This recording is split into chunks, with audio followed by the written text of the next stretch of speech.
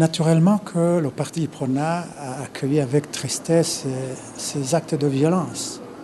Et comme toujours, le parti IPRONA étant un parti de paix et de justice, il ne peut pas s'accoutumer à de tels actes. C'est pour cela que le parti IPRONA condamne tout ce qui s'appelle actes de violence, d'où qu'ils viennent. Seulement voilà, le parti IPRONA, tout en condamnant ces actes, reste toujours sur sa position de dire que tout cela tire son origine à l'entêtement de Pierre Nkurunziza à briguer le troisième mandat qui viole l'accord d'Arusha et la Constitution qui en est issue.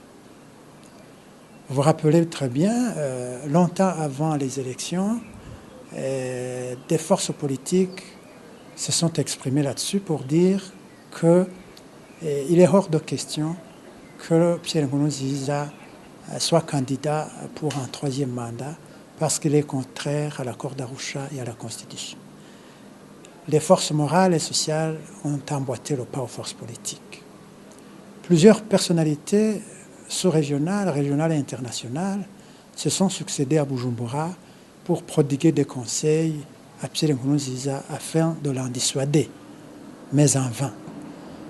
Et en définitive, comme toutes ces violences ne sont que justifiées par la seule raison du troisième mandat illégal et illégitime de Pierre Nkurunziza, il en va de soi que la solution ne peut être que le dialogue, que nous appelons aujourd'hui négociation, parce que le dialogue était toujours qualifié ainsi quand il s'agissait de dialoguer entre les institutions encore légales et légitimes et l'opposition.